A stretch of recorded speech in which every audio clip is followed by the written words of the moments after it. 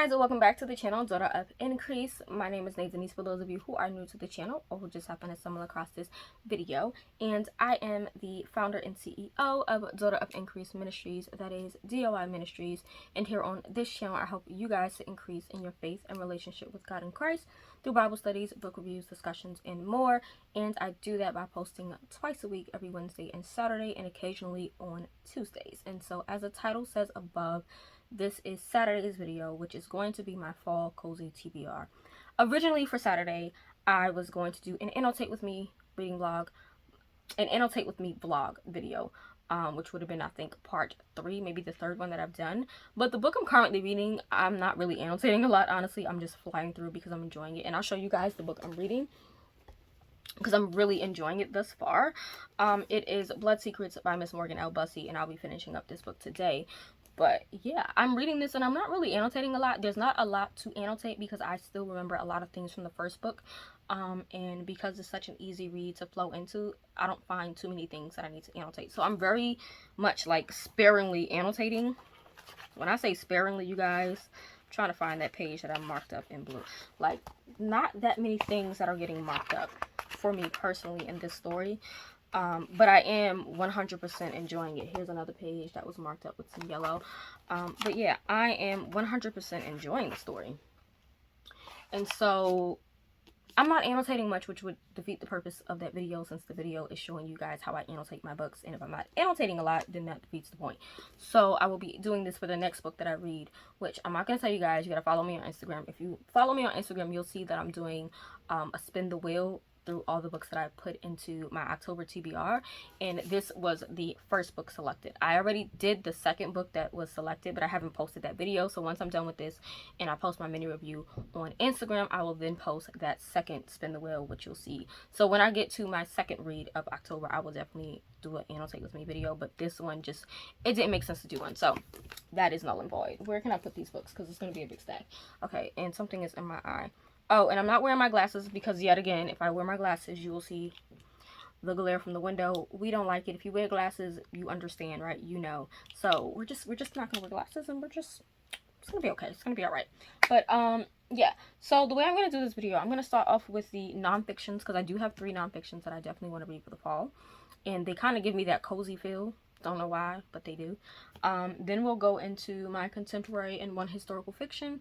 Then we'll go into my fantasies, and then lastly my romantic suspenses. Now, I don't have any like clean contemporary romances on here because I don't know many that are not going to be historical fiction or fantasy or romantic suspense. So if you have any like romances that are just straight contemporary romances without any historical parts to it or suspense parts, let me know. I'm looking for a lot more Christian romances that I can get into. I am definitely for sure thinking of Tony Shiloh's books, but I'm probably gonna have to request those from my library. But yeah, so getting into the nonfiction, the first one I have here is Sarah Jakes Roberts' Women Evolve, which is based on the story of Eve. She dives into the story of Eve to teach on womanhood and basically the strength hidden in Eve's story. And so I'm excited to dive into this. I've been wanting to read this since I got it. I hauled this a while ago. Can't remember the haul that I did, but I shared this book along with a bunch of other books, I think with the books from Michael Todd as well. But yeah, I'm definitely going to dive into this book. It's a short read. I have this one and her other one, which I believe is Collide or something like that, which that story is, that Christian fiction is on, that Christian nonfiction, excuse me, is on the story of Ruth. I think that was on Ruth. So we have this one. Following up with that, I have this book. Y'all have seen me talk about this book so many times. I have not read this book not one time.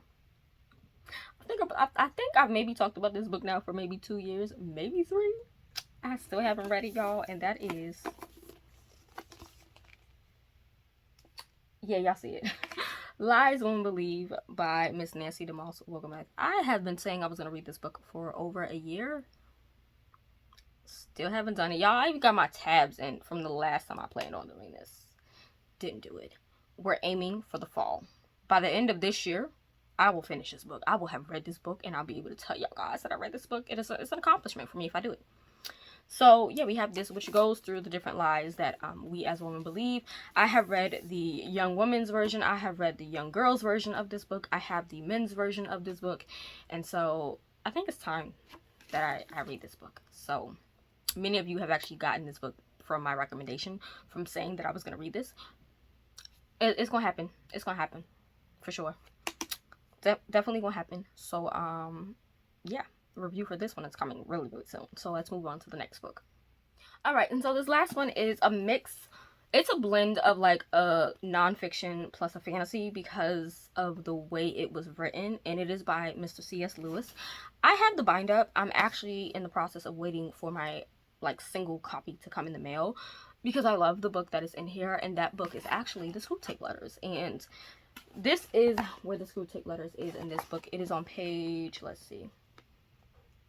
This is the Signatures Classic bind up. So if you have this, it starts on page 179. So it's the Screwtape letters with the Screwtape proposes a toast. This is one of those stories where it's hard to explain because it's not a fiction novel, but it's written in a sense of a fiction novel where there is a upper demon speaking to a lower demon about how to basically trap a human, how to entice a human, and it kind of gives you an inside look as to how demons really operate when it comes to humans. This is definitely more so a spiritual warfare kind of read, and I adored this book. I think anybody who has read this book has loved it because of the insight that you get from reading this book. I don't know what made C.S. Lewis write it, but I bless God for him writing this book, okay? I love it so much, and I'm going to show you guys my annotations. So, you know, I started off really nice and sweet with the first page, right? And here's that page, right? You know, we get a little cute and sweet. And then, you know, the more you go, the more you see. I write notes. I haven't highlighted all of my notes in here. I just have, like, the notes in here without the highlightings. As you guys can see, like, I took a pen and went crazy. Y'all. Here's more pages. Like, I haven't marked up all the others, but I really want to reread this for the fall. I really do. And there is an annotated copy that's out, plus a study guide that I am waiting on to arrive in the mail. I've been talking about those copies for a very long time. They are coming. I'm super happy, and I can't wait to just dive back into this story. I really, really enjoyed the Screwtape letters. I recommend it to everyone, especially if you're looking for something that's a nonfiction, lighthearted read, but also still has depth to it. It's one of those books where you really can't explain it. Like, I recommend you read it. You'll learn a lot, and you know, you'll thank me later. So definitely check that out. But that is my final like nonfiction read for the fall, cozy TBR. And so we're gonna move on to, I guess, historical fiction, since I only have one, and that is going to be The Conqueror by Mr. Bryan. Litfin. I think in my TBR I said Litfin, but it's Litfin. And it's the first book in the Constantine's Empire, and this one is actually on my TBR for October, so of course this will be read. But it gives me those fall vibes, you know, war. The colors of this feel like cozy, and it takes place in AD 309. So it says, Rome teeters on the brink of war. Constantine's army is on the move. On the Rhine frontier, pagan Germanic barbarian Brandolf Rex joins the Roman army as a spy. Down in Rome, senator's daughter Junia Flavia finds herself embroiled in anti-Christian politics as she works on behalf of the church. And so basically it's all about, will Rex and Flavia live to see the empire bow to the knee of Christ, or will their part in the story of Constantine's rise meet an untimely and brutal end? And so I know that this is going to be lots of just brutal war happening, definitely some hearts and minds being changed, and yeah, I'm excited to dive into this. So we have this book. The next 3 books are going to be contemporary novels, and honestly, all of these are from the same author, and I've had these for some time. I have read them already, but I haven't read them, and many people know what I mean by that. Typically, when I get a review book, I read them through really quickly just to get my basic thoughts through and to write the review, because typically there is a time limit to getting the reviews up for getting a free copy. However, I want to honestly sit down and reread all 3 of these books because I really do enjoy this author's writing, and I like the way he weaves in different parables to write such a profound story. And so that is going to be by David Rawlings. And so I have The Baggage Handler by David Rawlings. This one is basically when 3 people take the wrong suitcase from baggage claim, their lives change forever. You have a hothead businessman coming to the city for a showdown meeting to save his job, a mother of 3 hoping to survive the days at her sister's house before her niece's wedding, and a young artist pursuing his father's dream so he can keep his own alive. And so it says, when David, Jillian, and Michael each take the wrong suitcase from baggage claim, the airline directs them to retrieve their bags at a mysterious facility in a deserted part of the city. There they meet the enigmatic baggage handler, who shows them there is more in their baggage than what they have packed, and carrying it with them is slowing them down in ways they can't imagine, and they must deal with it before they can leave. In this modern-day parable about burdens that weigh us down, David Rawlings issues an inspiring invitation to lighten the load. And so, yeah, the baggage handler is definitely one I definitely want to read for the fall. Following up with that one, we have The Camera Never Lies by Mr. David Rawlings, of course. This one I actually painted the edges of in lavender. I think I did a video a while ago on how I do like dye spread edges, because when you buy books that are like fantasy novels, they come already like colored in gold or black and stuff like that. But I learned how to do my own, and so this one I did lavender because I thought it would go nice against this color. And so yeah, we have that. But this one says Daniel, Kelly, and Millie. Is that the same person or am I bugging? Let me just look again, y'all. I'm sorry.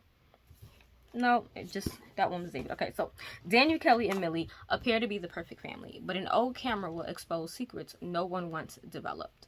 So Daniel Whitley is a successful marriage counselor and a best-selling author, yet his own marriage is in crisis and his daughter is drifting further away each day. To make matters worse, the deadline for his second book has come and gone, and he still hasn't written a single word. When Daniel inherits an old camera from his grandfather, he notices an inscription on the bottom. No matter what you think you might see, the camera never lies. Daniel begins using the camera, but every time he develops his photos, they threaten to reveal a secret that could sabotage both his marriage and his career, and destroying the life he has worked so hard to build.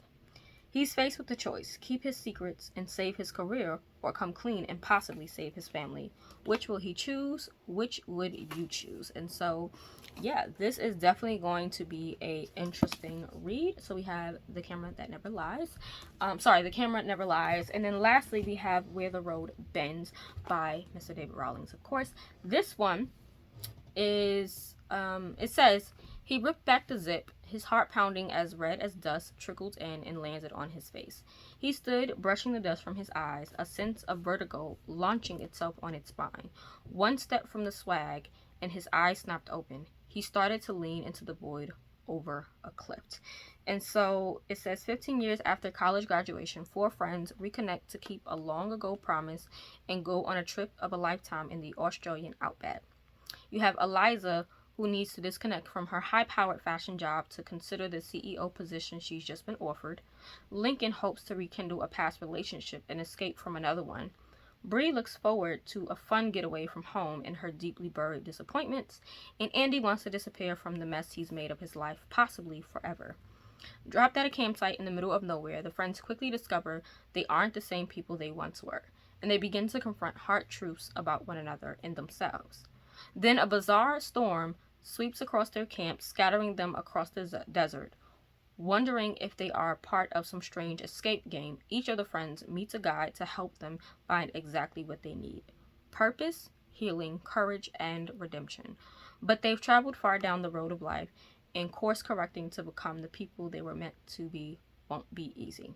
So yeah, I'm excited for this one. So these sound like really hard-hitting novels, of course, and so I am excited to actually sit down, finally read them at my own pacing and really absorb the different emotions and things like that. So moving on to fantasy now. I have a good list of fantasy, okay? Good list of fantasy. So I'm going to grab that. So the first 2 books are from Frank E. Peretti, and that's going to be This Present Darkness. I do want to reread this, of course. I am currently in the middle of rereading this, but I'm probably going to have to restart it again. But I love this book. It's a 5-star for me. Basically, it follows this little town of Ashton, which is a typical small town, and how they have to deal with spiritual warfare, how you see the enemy attacking all of the townspeople, how you see the angels fighting back, and you really see how important prayer is and how important it is to be rooted in the Word of God. And so that's all I'm going to say. There is a reporter involved in this. There is a pastor involved in this, along with another pastor who doesn't really let's just say the other pastor is one of those pastors that you shouldn't trust, nor should you follow. But yeah, I'm excited for this. It's called This Present Darkness. And of course, I want to finally read the sequel, which is Piercing the Darkness, which this one, same concept, but instead of following a small town, I believe this follows a school, a Christian school. Yeah. So this one follows an attempted murder, a suspicious case of mistaken identity, a ruthless lawsuit, all against a struggling Christian school. And so again, you get to see that spiritual battle, but instead of with the church, now you see it within a Christian school. And so I'm excited to read both of these because I love the first book so much. I definitely want to just reread the first book over and dive finally into the second book. And I know this is going to be hard-hitting. I am rereading this book because I know in this book they talk a lot about demons and different spirits. And I mentioned to you guys how I'm going to be doing a study on spirits pretty soon. I kind of started it, but then I stopped doing it. But as I'm rereading this, I am writing some of the spirits that are being mentioned. And these are not like spirit names like that are out of the way. They're like literally going through different names of spirits that we don't really think of. And so I have two little character cards here. One here with different spirits listed. And so far they talked about the spirit of harassment, the spirit of doubt, the spirit of fear, the spirit of confusion, and also the spirit of tiredness. And these are pretty much spirits that we know of but don't really think on, right? And so I know there's also the spirit of lustfulness and also the spirit of anger mentioned in the story, but I'm writing them down as I come across them in the story, because when it's time for me to do my study, I do want to take that list and go with it.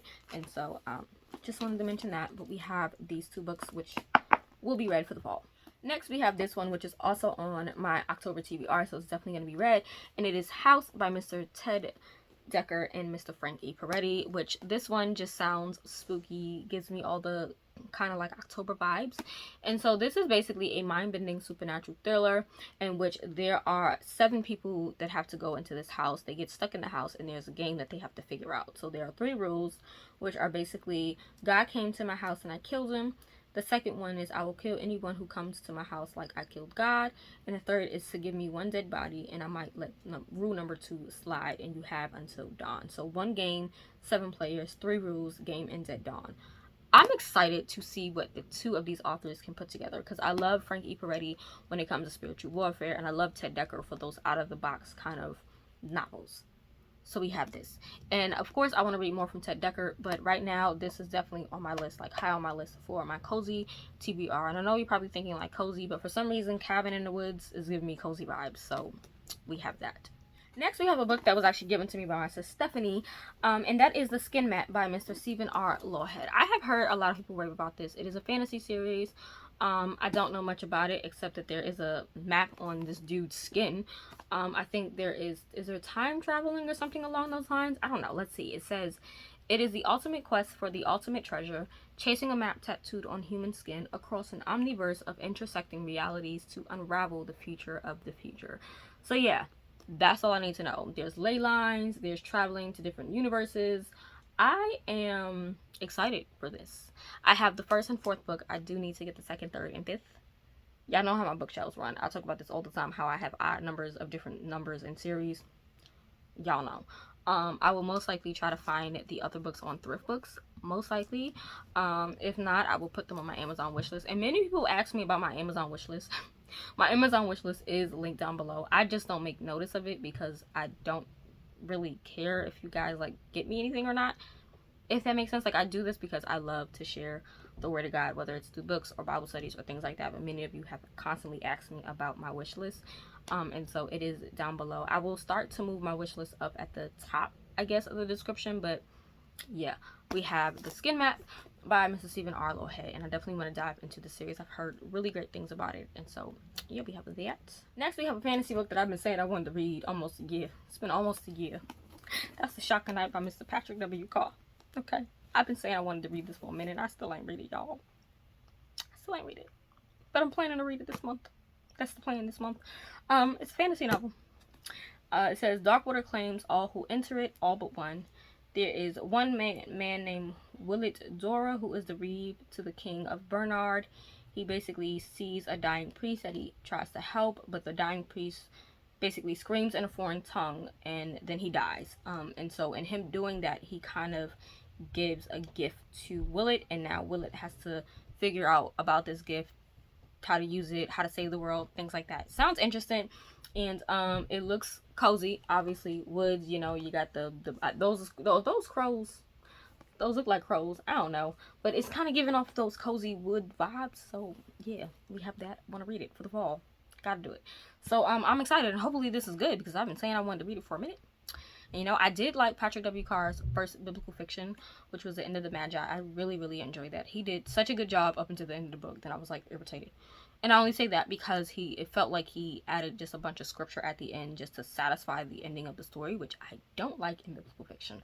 I would prefer you to write out something happening than use scripture just to end your story, unless it works. It's hard to explain, but watch my reading blog for that novel. But this is a fantasy novel that he wrote. He wrote a lot more Christian fantasy before getting into biblical fiction, and so I wanted to definitely give his Christian fantasy a try. So we have that book. Last for fantasy, I have this, which honestly I have never read this series, like, ever. I've heard about it, I've watched the movies, but never read the book. And so I have the big old bind up, mine as well, and that's The Chronicles of Narnia by Miss C.S. Lewis. Why not? I know this is middle grade allegory for something with Christianity. Never knew that. I just knew that as a kid in school, it was there in school. You read it in the library, and then that was that. But now that I'm an adult, I do want to read it. And we have this. I'm excited, actually, to have this bind up and to read through it.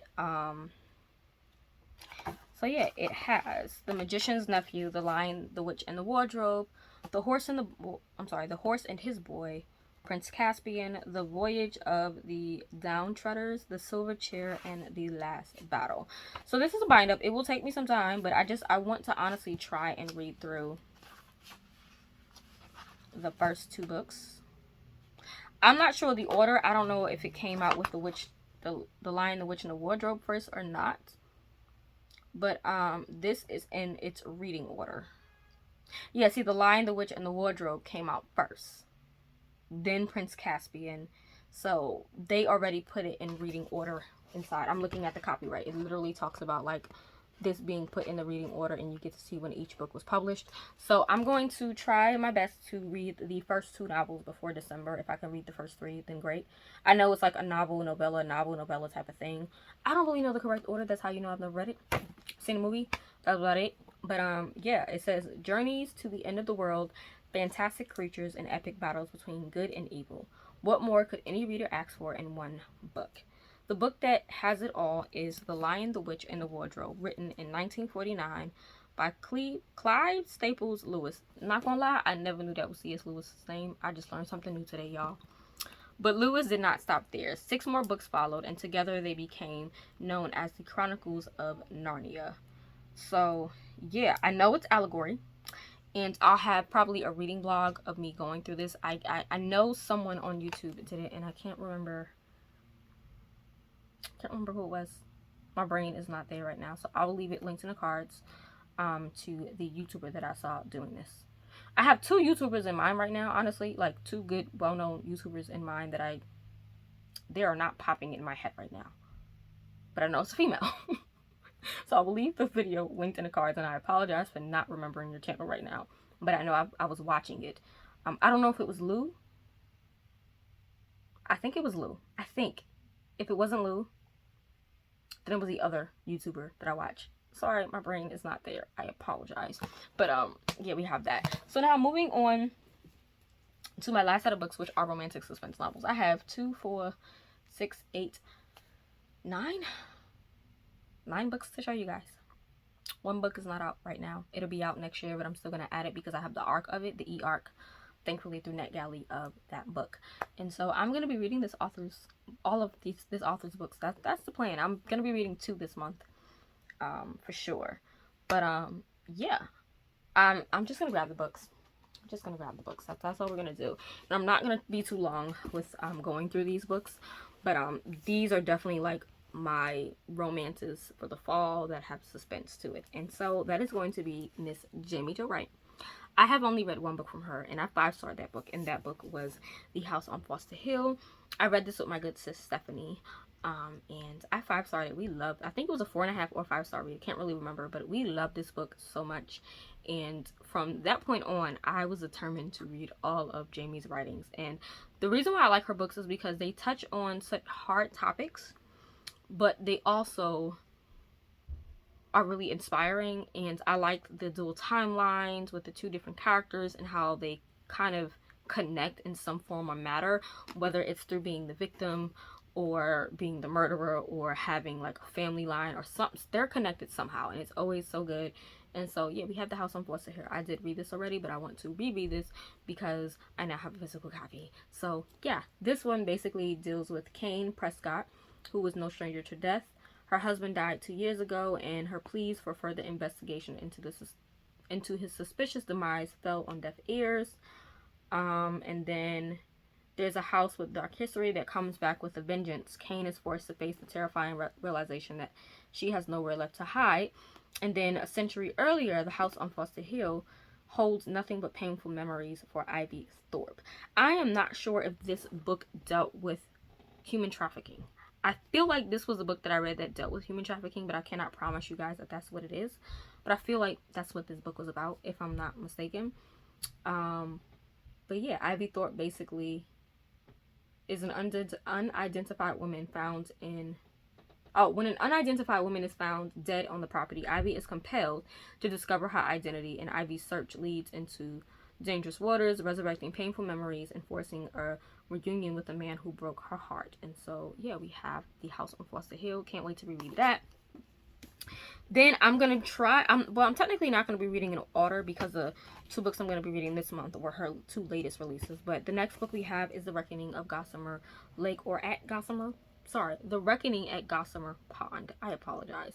But this one deals with Gossamer Grove that used to thrive in the Midwestern. But then you have Annalise Force, who basically knows painful secrets, including her own, hover just beneath the pleasant facade. Yet her strange and sudden inheritance of a rundown trailer home, full of pictures, vintage obituaries, and old revival posters, leaves her wholly unprepared for how truly dark and deadly these secrets may be. Then, a century earlier, Gossamer Grove is stirred into chaos by the arrival of controversial and charismatic twin revivalists. The chaos takes a murderous turn when Libby Sheffield, while working at her father's newspaper, receives an obituary for a reputable church deacon hours before his death. And so, yeah, we have this book here.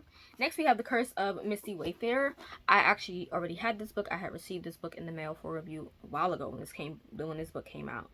But there's an orphanage, and then later on there is a woman that receives a troubling letter from her mother. It takes place also, I believe this one is at an asylum. Yes. So this one takes place in an asylum, and then you have an orphanage back in the day. So I'm excited for this one. Then we have Echoes Among the Stones. This one takes place in Wisconsin. There's a mystery with a cemetery.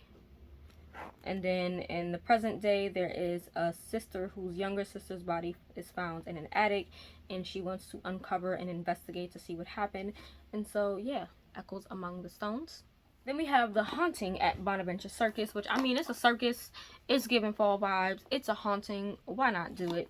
But we have 1928 Bonaventure Circus that becomes a refuge for many. We have Pippa Ripley, was rejected from its inner circle as a baby and is no longer content to leave the reason for that rejection unquestioned.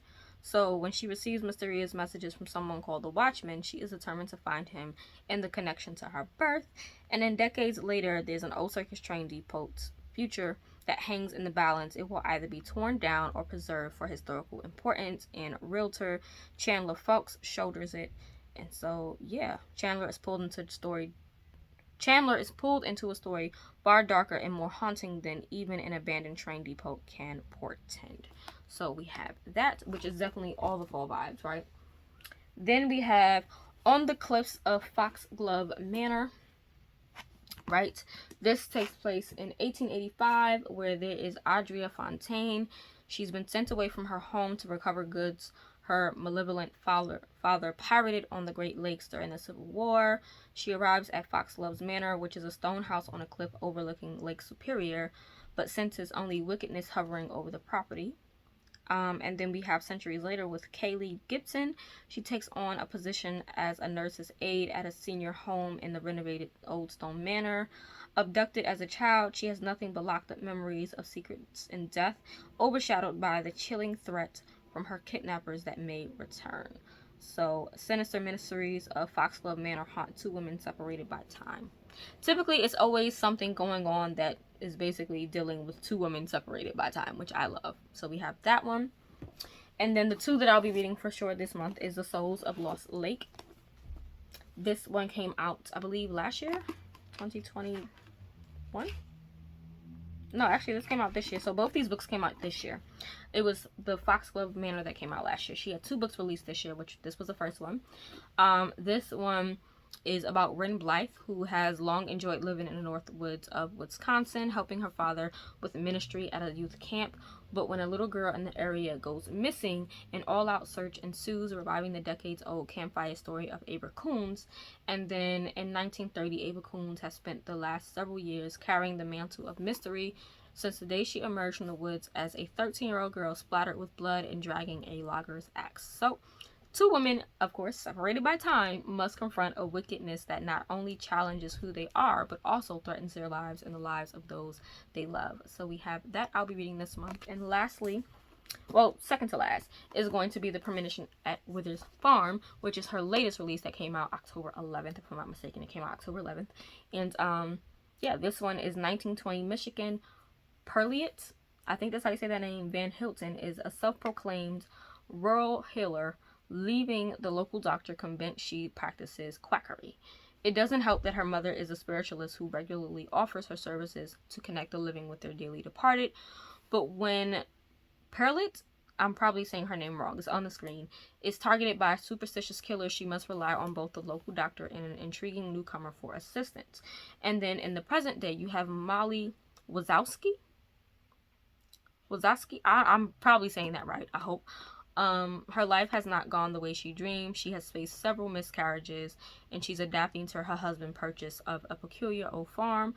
So a search for a family tree pulls Molly deep into a century-old murder case and a web of deception, all made more mysterious by the disturbing shadows and sounds inside the farmhouse. So we have this one. And then lastly, it is going to be this book here by Miss Jamie Jo Wright. It does not come out until, I believe, April 2023. The correct date, if I'm wrong, is on the screen.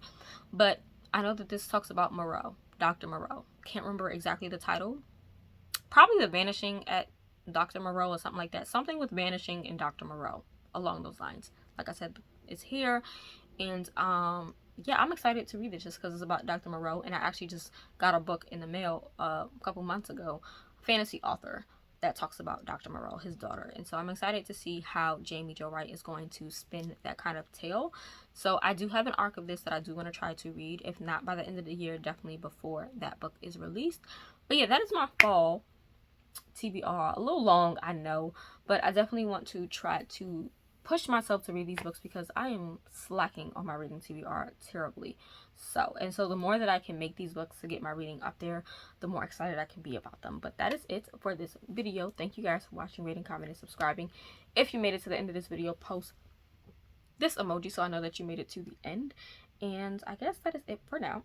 If you read any of these, let me know your thoughts. If you have any romance recommendations, let me know, because I'm looking for some more romances to read. But I guess that's it for now, and I'll see you guys in the next video.